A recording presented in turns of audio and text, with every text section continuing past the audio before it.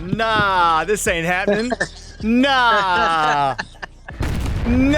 this ain't real. This is giving me strong AI vibes right now, bro. Oh, that's funny. Wow. What's up, big bro? What's up, my man? It's great to see you, man. No, it's been too long. How you been? I've been good. Well, see me, not technically, but I can't. some Well, form of it. I'm glad that it's like this, though, man. I'm glad we still walk the line together. You know what I mean? Yeah, man. It's the future. We gotta push it. We gotta push it. By the way. Yeah. You're part of a documentary. I'm filming you too, buddy. What's going on? Documentary. Yes, sir. Hey, where are you right now, man? What can you tell me? I mean, I'm gonna lead in with some open questions. Let me see what I can show you. Let's see if you can. This, in tour rehearsal in Portugal. Oh my days. Building a city. Bro, that is literally a city. Yeah, we're still building it. Can you see the scale of it? Yeah, I mean I can because there's someone standing in front of it, so I'm getting a pretty rudimentary scale of how big that is. Exactly. That is incredible, bro. I got a big ass Soriyama. Oh my days. Dude, when you're standing on set like that, and I know you've achieved a huge amount and will continue to do so, right? God willing. But when you stand on the ground in Portugal and you see something of that scale on that level that came from an idea or a vision, how does it affect you? How does it make you feel? Oh, I mean, it's so many feelings. I can't really pinpoint it. And I'm glad I can't, I never get used to it. It's gotta stay exciting. I get nervous before every performance, always.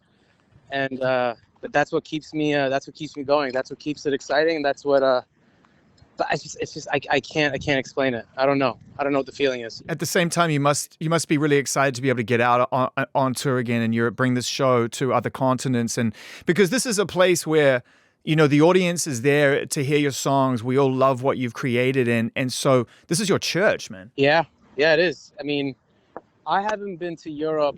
I mean, I haven't toured Europe since the Starboy tour, because you came to Primavera with me, right? I did, yeah. And then we did the UK run. Pitchfork. Yeah, we did the UK. Yeah, so that was right before Kissland, and that's when I promised you that you'd get my first video interview. There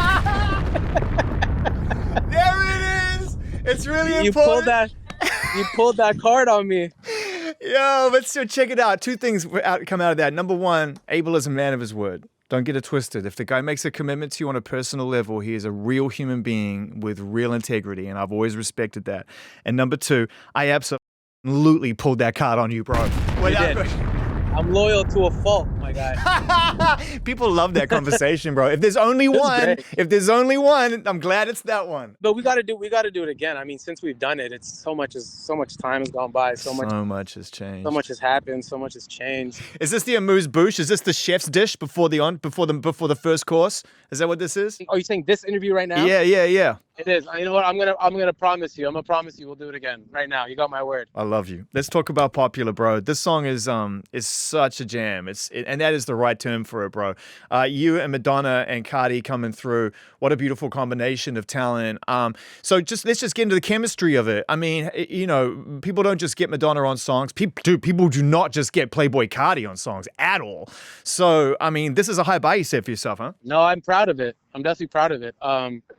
Me and Carti had this. I mean, we've jammed out before, and I've actually we've had a different version of this song prior. So I've had these vocals for a while, and I've kind of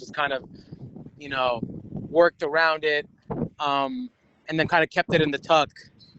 But now it felt like it was time. It was time, and it felt right. It felt cohesive with this album that I'm working on right now. Woo! And so I've been producing the song for a while, and then Madonna, Madge. I mean, she's thing is, I've always wanted to work with her. I've always wanted to write and produce a Madonna album. Oh well, co-write and co-produce with her, of course, because she's such a visionary and she's she has such a singular vision, and I just want to come into her world, you know, and create a classic Madonna album. That was always my dream. So this, you know, this can be the hopefully this is the appetizer for that. A little moose bush. How important or how conscious was it for you for this collaboration with Madonna to happen on a song like Popular, on a soundtrack like The Idol, with the subject matter that pertains to the pop star life? I mean, very important. I mean, she's the ultimate cosign for this song, for this album, and for this TV show. And you'll hear more of her in the show as well too. She's a big part. I mean, she is the ultimate pop star. She's the queen. The soundtrack, bro, you said it's finished. It's all done. It's all wrapped up. You're happy with it? Yeah, it's on pre-order. Pre-order's out this weekend. Really excited about it. I got to, you know, and it's such a labor of love and such a collaborative project. I worked on it with Sam Levinson and Mike Dean, two incredibly talented geniuses, and it was really exciting to, you know, to collaborate with them. And because usually it's with all my albums, it's not too collaborative. I was kind of my own world, but for The Idol, and seeing how, and you know, knowing, and I've known Sam for a while, I just know how involved he is with the music of Euphoria, how musical he is, and how important the music is for his art. And seeing him work in the studio and creating with me and Mike was, you know, I wish we filmed it. It was, you got three maniacs in the studio just. Yeah, psychos. Yeah. Absolute psychos. Yeah. You know, the show, I mean, it goes without saying, you know, anybody who's following the narrative and the arc of the show right now, before its premiere this coming weekend, you know, knows it's the most talked about show of the year. You know, if you're HBO and you're following the Succession final with The Idol, it's gangbuster summer, I'll tell you that. But I wanted to ask you how you're feeling about it. Because obviously you're no stranger to controversy, and you've been in, you know, you do not mind pressing the buttons through your art, but you're dealing with Hollywood and TV and music at the same time. So you're doubling down in terms of like the edge and where the edge is. And I just wanted to ask you how you feel about everything right now in the days leading up to it. I feel great. I mean, I feel great because everyone involved feels great. Everyone is happy, is excited. You know, we're all so proud of what we made. It's controversial, you know, it is. And as you know, I'm no stranger to it. Sam is no stranger to it. HBO is no stranger, you know, they're not strangers. I mean, we're just excited for people to finally watch it. Yeah, true. And come up with their own opinion, you know, which I think is important, because there's a lot of talking and no one has seen the show. And for the people that have seen it, we got that experience is, I mean, talk about nerves. I mean, I don't think I've ever been that nervous since the first time I ever performed at the Mod Club. Because you're not in control, right? Let's think about the psychology of that for a second. When you're on stage and you're trying to win a crowd over early days, you know, you can work extra hard in certain areas of the crowd in order to transform the energy in your direction. When it's all edited and cut and put in front of people, you are literally in a critics-only environment. Yeah. And look, and again, like, I mean, I'm a you know, cinema is in my blood. You know, if you know me, you know how important it is to me. But the reality is, I'm a guest. You know, I'm a guest in this world. I got to take my shoes off and, you know, and respect the space and just, you know. Here's the thing, though, man. I mean, you've developed a tough skin throughout your life in the entertainment business already. You've seen enough. We've spoken about that on and off the record. I don't want to. You know me, and I don't want anything to be easy. I don't want anything to come easy. It never has, and it never will. And that's what makes me who I am. But I'm extremely proud of this project. I'm extremely proud of everyone involved. The cast alone is. They're all so scary talented, and they're all on the album as well too. They're all musicians. You have Susanna's son, who I think is one of the most talented people I've ever met. I can't wait for the world to hear her voice and her songwriting skills.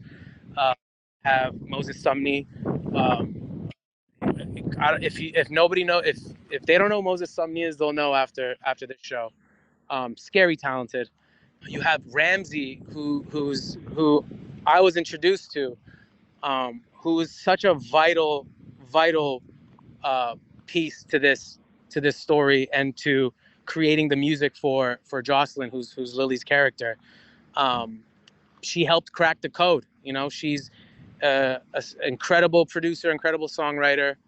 Um, you have Jennie Kim, you know, who's a good friend of mine, who's, I mean, you don't talk about a superstar, and she understands. You know, nobody understands it better than she does, the idol lifestyle. And also her sort of appearing in the show, it would be one thing for her to understand the vision and want to contribute musically through the friendship and her craft and her talent. But she stretched herself onto screen as well. And, you know, so how was that experience seeing her sort of develop, you know, move into that new space, like yourself, move into that new space? Well, I think it's really I think it's important that we got someone like Jenny who understands this world. Um, you know, we have, I mean, a lot of these musicians like myself are non-actors, and we all understand the world. We all understand these characters. So it's you know, borderline. It's just like it's not really acting. You know, we're all tapping into a place. Um, and Jenny, I think Jenny does it incredibly well on the show. I'm really proud of her. Um, so yes, but the one I'm the most proud of is Lily. I mean, Lily is singing, Lily is dancing, and she worked. She's all over this album. I mean, I can't wait for people to hear her performance. Yeah. It was great because we shot the show, a lot of it at my house, and we set up a studio in the basement. So, you know, after long shifts, after shooting for hours, we'd go to the studio and be inspired and start creating the music. I mean, it was such a luxury that I feel like a lot of people don't have. I mean, that's just a creative wonderland, isn't it? I mean, that's just for you to be able to get on, for you to be able to get on screen and then get down into the basement and make music and just literally spend all your time in the creative universe. I mean, and you'll hear it on the album, and it's a very cohesive body of work. And we have, you know, Mike Dean there to kind of take our ideas and you know, make it sound, you know, polish it. But, you know, his production is already so interesting. So I mean, I'm excited for, and for it to be very experimental, but still transcend into pop. I mean, it's pop music still. It's rare that we get to talk to you. I mean, it's positively abnormal. Look at this. Let me see if you can see that. She's being summoned. Dude, this is so nuts. I'm kind of speechless when it comes to what I'm looking at right now from a stage design point of view. You know, the whole thing and the way that it's just going to factor in. And so stage design is so important to me. I mean, I spend as much time on the stage design as I do on the actual set, on the music. Look at that. Yeah, it's beautiful, bro. I mean, it's absolutely beautiful. Bro, how do you even prepare to go on that stage? Like I don't. It's you're never prepared. I mean, it's like an album. It's like it's never done until it's done, you know, until it's out there and it doesn't belong to me anymore. As soon as I get on that stage, the show is not mine anymore. It's the people's. Can you let the idol go now once it belongs to everybody else from Sunday, at least out here in the United States on HBO? Can you let it go and focus only on your shows? Are you going to be able to make a clean break and focus on the next creative, knowing that season is done? Oh, absolutely. You got to keep it moving. Yeah, but you know, there's no formula to it. It's just, can't really explain it. You know, you either are inspired to create or you're not, and you can't force it.